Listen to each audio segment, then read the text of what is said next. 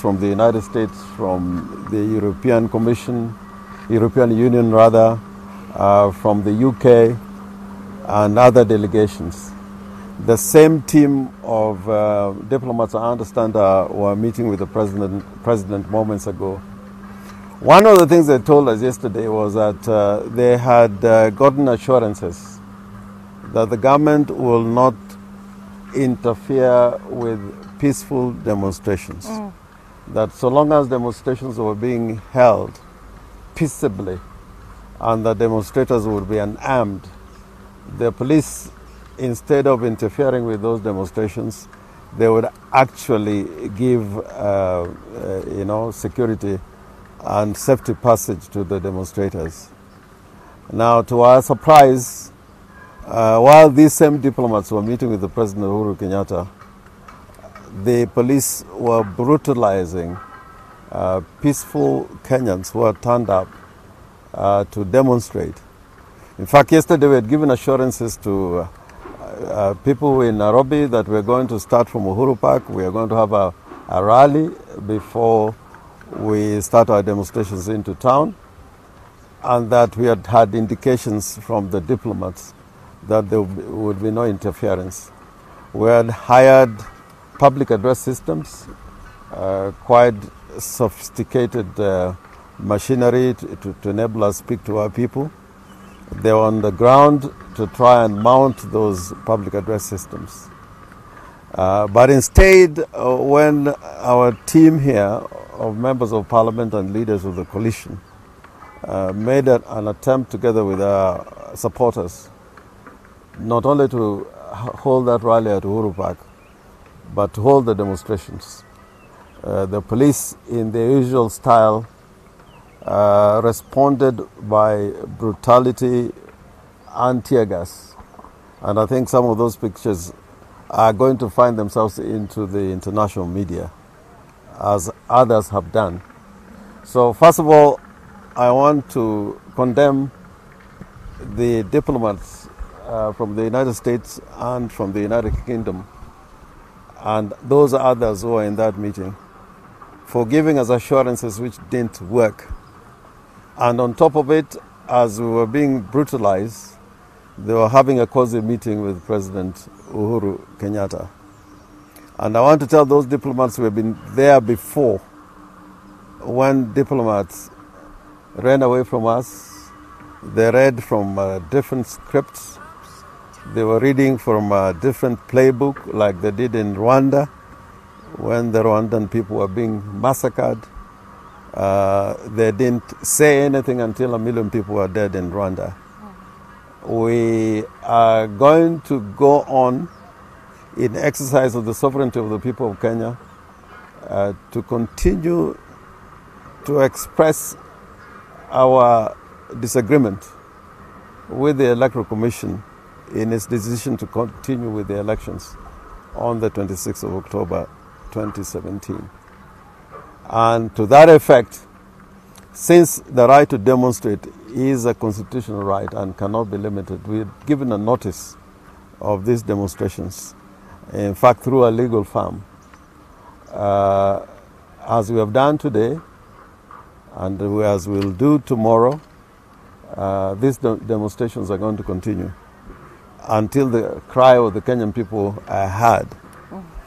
I was very impressed last night to see Kofi Annan together with Ban Ki-moon, together with Mrs. Mandela, carrying out a peaceful demonstration in the streets of London, expressing their concern about what is happening in North Korea.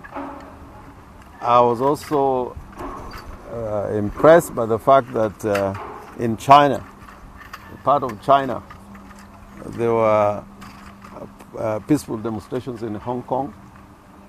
In Russia, there were peaceful demonstrations. And just 2 days ago, President Uhuru expressed his amazement with the way demonstrations were going on in Barcelona.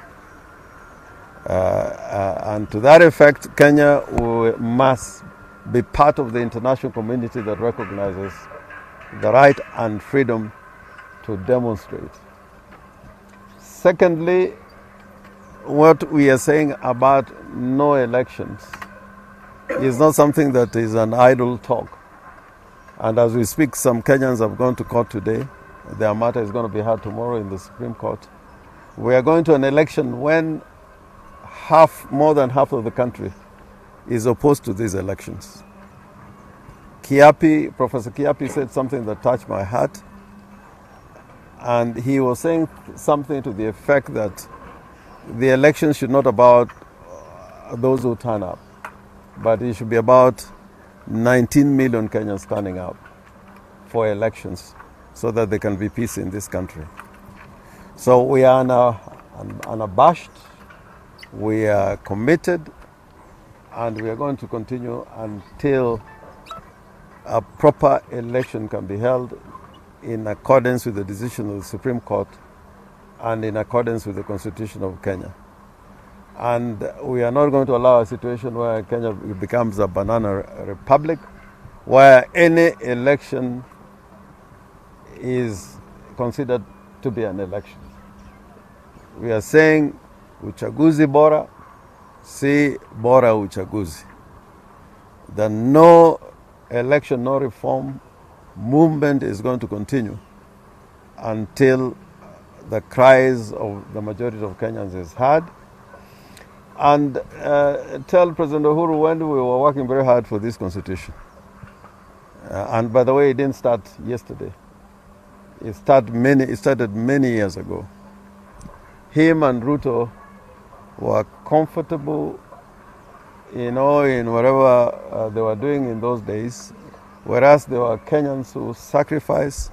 Some of them died, some of them were imprisoned, including Raila Amolo Odinga, to enable us to have this constitution. And it is part of our duty to defend the values and principles contained in this constitution.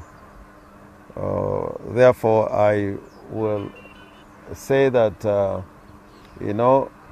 kutokea leo, kama tumefanya hapo mbeleni, tutaendelea mbele na maandamano.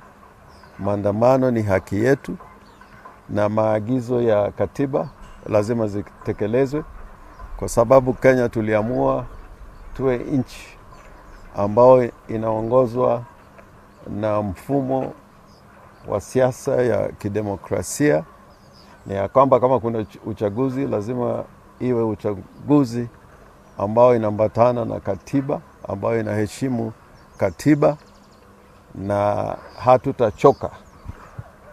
Na nataka tumuelezee Bwana Chebukati awe mtu mjasiri, kwa sababu tunasikia kwamba jana hawakuwa na mkutano nzuri na Uhuru Kenyatta, lakini lazima awe mtu ambao ana msimamo na mwelekeo, na kwamba ajitokeze nje na aseme mbele ya mahakama, kwa sababu tuna nafasi. Kuna kesi ambayo itaendelea kwa mahakama kuu kesho. Hiyo ni nafasi yeye kuelezea nchi nzima ya kwamba haya matayarisho ya uchaguzi, na uchaguzi ambao pengine itatekelezwa kulingana na hayo matayarisho, haiwezi kuwa uchaguzi ambao inaambatana na katiba ya Kenya. Awe na msimamo kama Rosalina Akombe, na aseme ya kwamba lazima Kenya iwe na uchaguzi ambao wana Kenya watakuwa na nafasi mwafaka ya kuchagua kiongozi ambao anafaa kutawala Jamhuri ya Kenya. Na tunasema ya kwamba kuna utofauti ya kiongozi na yule pengine anajigamba kama rais. Idi Amin alikuwa rais, lakini kwa kweli hakuwa kiongozi. Mandela alikuwa katika korokoroni, na pamoja kwa maabusu ya wale watu wa Afrika Kusini ambao walikuwa na makaburu. Umepatia neno halisi. hawa makaburu hawakuwa viongozi, lakini Mandela aliweza, pamoja na kwamba alikuwa amewekwa korokoroni kuongoza nchi ya South Africa, ikawa nchi ya kidemokrasia. Sisi pia tunajua ya kwamba viongozi wetu Raila Amolo Odinga na Kalonzo Musyoka, Mudavadi na Wetangula watatuongoza mpaka wa Kenya wawe na nchi uhuru na serikali ambao ina heshima katika ulimwengu nzima.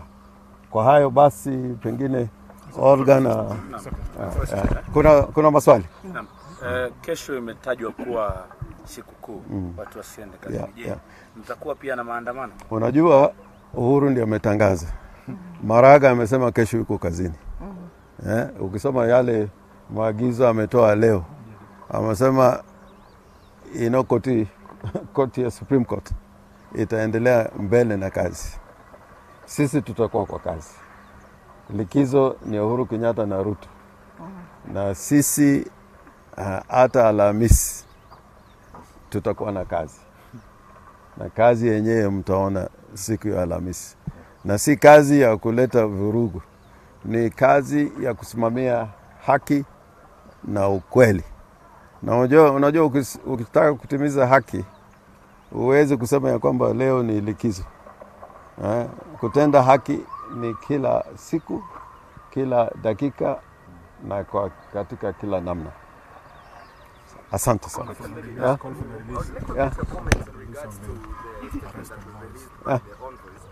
Saying that maybe NASA should rethink their position in terms of the fresh presidential election and participate. You know, their position is very convoluted. We went through that statement with them yesterday. I don't think they know what they are saying. I don't think that the views they are expressing represent the views of their government. If you read the international media, like the New York Times is not an ordinary newspaper. The Daily Telegraph, not an ordinary newspaper. You read The Guardian, you read The Washington Post.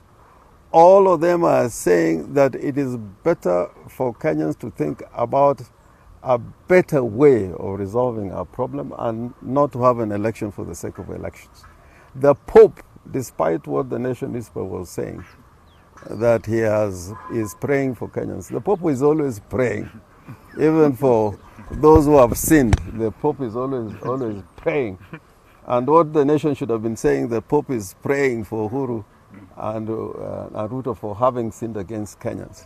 But what the message was about, the papal message, was that there should be not just dialogue, but constructive dialogue, which means that you don't go into a meeting like the one where Chebukati was having with Uhuru Kenyatta.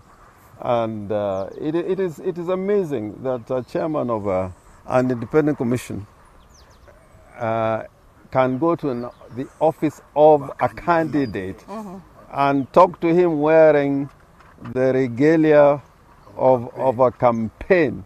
He was not sitting there as President of the Republic of Kenya. He was showing to Chebukati that I am here, Uhuru Kenyatta, candidate for Jubilee. And Chebukati went there in the hope of meeting the President of the Republic of Kenya. Unfortunately, he didn't. And that's why I think Chebukati up to now has not spoken about that meeting, because I think he was taken aback. So, forget about the diplomats. We have been there before. They have taken positions before against the people of Kenya. And we are prepared, to fight for the sovereignty of Kenyans, not of foreigners who are protecting their businesses and their interests in the region. And by the way, they should resolve the war in Somalia fast to give us peace in Kenya. Okay, thank you very much. Thank you.